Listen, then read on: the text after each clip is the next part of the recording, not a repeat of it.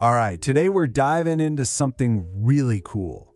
We're talking about how to take any goal you have, seriously, any goal, and turn it from just another boring task on your to-do list into a real, life-changing mission. So have you ever felt this? You're working so hard on a new skill, right? You're putting in the hours, you're practicing, but you're just not getting any better. It feels like you've hit a total wall. It's just so frustrating. Well, there's actually a name for that feeling. It's called the intermediate plateau. It's that exact moment when it feels like you're just running in place, and all your effort isn't leading to any real progress.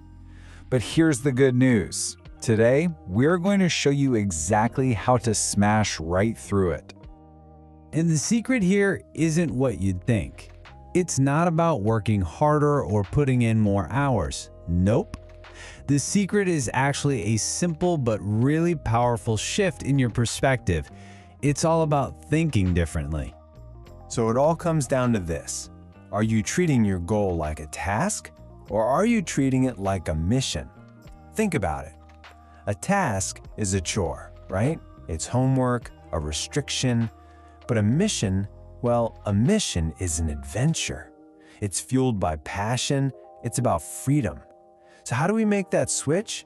Well, it all starts with one key idea. First up, we've got to find your big why. And I'm not just talking about some surface level reason. This is the deep, powerful motivation that's going to fuel your entire mission. You know, when you ask most people why they're learning something, you get these really practical answers. Oh, for my job, or because it's useful for school. And look, those reasons are fine, they're valid. But they are not a big why. They just don't have that emotional firepower you need to push through when things get tough.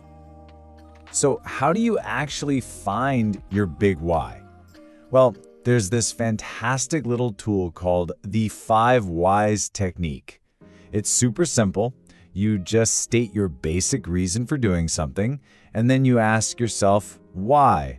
5 times.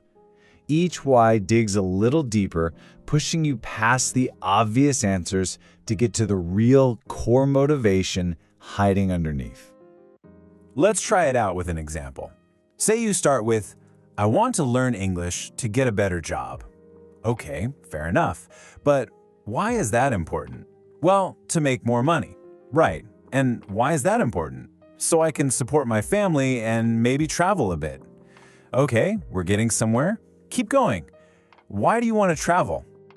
And see, after you push past all those practical layers, you finally hit the real emotional core.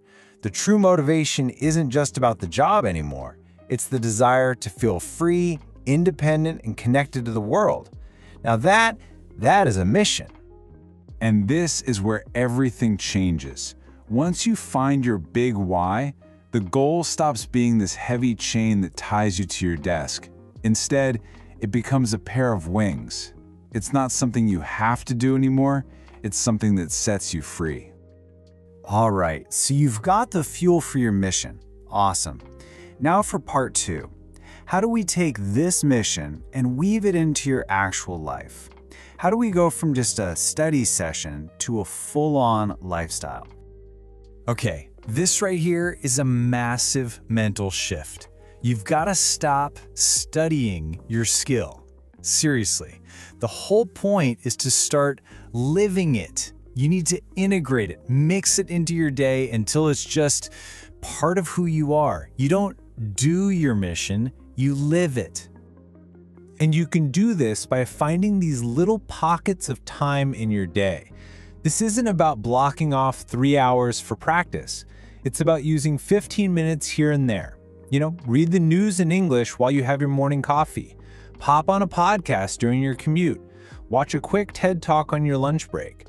All these little moments add up, and they immerse you in the skill without ever feeling like a chore. And the real key here, the secret sauce, is to connect your mission to things you're already passionate about. Take this story about a guy named Kenji. He needed to learn English for his job, but he absolutely hated grammar books. Sound familiar? But he loved basketball. So what did he do? He started watching NBA games with the American commentary on. He started reading articles about his favorite players. He wasn't studying vocabulary, he was just absorbing it naturally through something he already loved. So once you've started living your mission, you need the right mindset to keep it going. And that brings us to the final, crucial piece of the puzzle, the mission mindset. This is all about how you deal with the challenges that are, definitely going to come out. Because let's be real, the biggest obstacle you're going to face isn't your skill level. It's not a lack of words or the right technique. It's fear. The fear of making a mistake, the fear of looking or sounding stupid. That fear, that's the wall that stops almost everyone from ever breaking through. But the mission mindset completely flips this on its head. See, with a fear mindset, when you make a mistake, it feels like a total failure. But with a mission mindset, a mistake is just data. That's it. It's a little signpost that's pointing you toward what you need to work on. It's not proof that you're dumb. It's proof that you're actually learning, that you're pushing yourself. Let me tell you a quick story that perfectly illustrates this. So there's this guy, Peter. He's in Spain trying to learn Spanish and he needs to buy a train ticket. He's super nervous, right? But he's practiced the sentence over and over in his head. 1 ticket to Seville, please. But when he finally gets up to the counter, his nerves just take over. And instead of asking for un billete, which is a ticket, he accidentally asks for un beso, 1 kiss, to Seville. The ticket agent just bursts out laughing. Peter turns bright red, but hey, he got his ticket.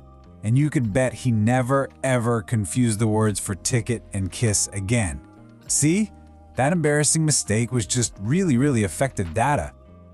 Peter's story is hilarious, but it shows you the power of just going for it, even if you mess up. To build this mindset, you need a few practical tools in your back pocket. When you're in a conversation and you feel totally lost, don't just clam up. You need some survival phrases. These are your lifeline. Just memorizing a few simple things like, "Could you speak a little more slowly?" can give you the confidence to stay in the conversation and keep learning. So there you have it. That is the entire framework for turning any old task into a true mission. It's a total shift in how you approach things. So let's do a quick recap of the key pillars so you can get started on your mission like today. It all comes down to 3 main pillars. First up, the why. You gotta find that deep emotional motivation using the 5 whys technique. Second, the lifestyle.